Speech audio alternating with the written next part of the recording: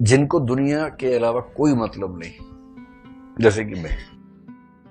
मुझे इस बात से रत्ती भर फर्क नहीं पड़ता कि भगवान है या नहीं है तो है, नहीं है तो नहीं है तो इतना समझदार जरूर होगा कि वो मेरा मूल्यांकन मेरे कर्मों से करेगा, ना कि इस बात से कि मैंने कितने घंटे उसकी भक्ति में गुजारे हैं।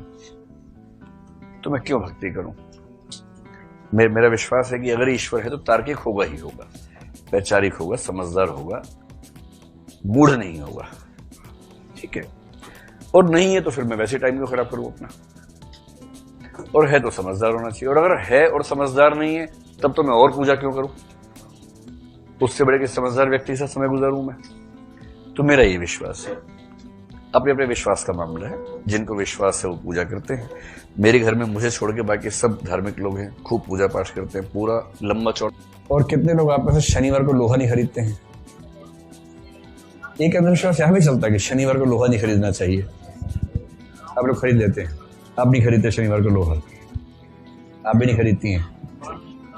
हाँ, मंगलवार और बृहस्पतिवार को बाल नहीं कटवाते, ऐसे कितने लोग हैं?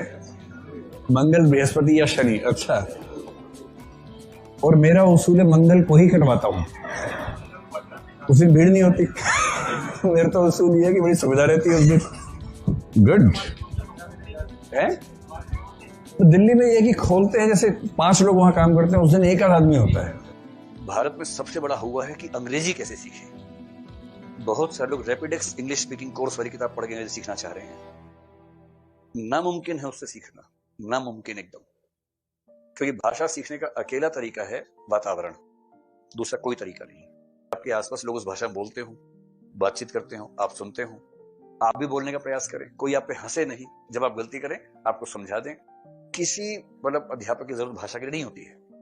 इस चीज को अभी से काम करना वो ये है कि लिखने का अभ्यास कीजिए, और जिस दिन 7.5 मिनट में 250 शब्द आप लिख पा रहे हैं और बाकी लोग पढ़ पा रहे हैं, अपना लिखा तो पढ़ ही लेता है आदमी। अगर आप 7.5 मिनट में 250 शब्द लिख लेते हैं और बाकी लोग पढ़ भी लेते हैं उसको, और आप करीने से भी लिख पा रहे हैं, पॉइंट्स ठीक से डेवलप कर पा रहे हैं उसमें, तो आप मान लीजिए कि आपको सफल होने से शायद कोई रोक नहीं पाएगा। इस परीक्षा का मर्म इतना ही है, पढ़िए, समझिए और बहुत तेज गति से, बहुत सटीक तरीके से लिखने का अभ्यास कीजिए, जो इन्होंने किया। अभी आपसे बात करेंगे ही। आईएएस बनना बहुत आसान काम है, मैं आपको बता रहा हूं, मुश्किल नहीं है एकदम। मुश्किल केवल इसलिए कि बहुत लोग बनना चाह रहे हैं, इसलिए मुश्किल है। अगर कोई ये कहे कि आईएएस बनना अपने आप में बहुत मुश्किल काम है, जैसे माउंट एवरेस्ट चढ़ना, ऐसा कुछ नहीं है, आसान काम है। अगर स्ट्रेटेजी ठीक हो, मेहनत आपको ठीक से करनी आती हो, तो आसान काम है, मुश्किल काम नहीं। जो व्यक्ति मेंस के, जीएस के चारों पेपर में सारे के सारे क्वेश्चंस का आंसर लिख के आ जाता है, छोड़ता नहीं है, ये अपने आप में लगभग पर्याप्त है कि वो कम से कम टॉप के कुछ लोगों में शामिल हो जाएगा, बशर्ते उसका वैकल्पिक विषय और निबंध अच्छा हो। कितनी सिंपल चुनौती है। आपको हर पेपर में सारे प्रश्नों का उत्तर पूरा कर देना है। एक मेंबर ने एक लड़की से कहा, इंटरव्यू लिया, पूरा इंटरव्यू हो गया, वो उठी, thank you sir, thank you sir, thank you madam करके बाहर जाने लगी। तो चेयरपर्सन थोड़े मजाकिया किस्म के आदमी थे, उनको लगा जरा मजे लेके देखते इस बच्ची के।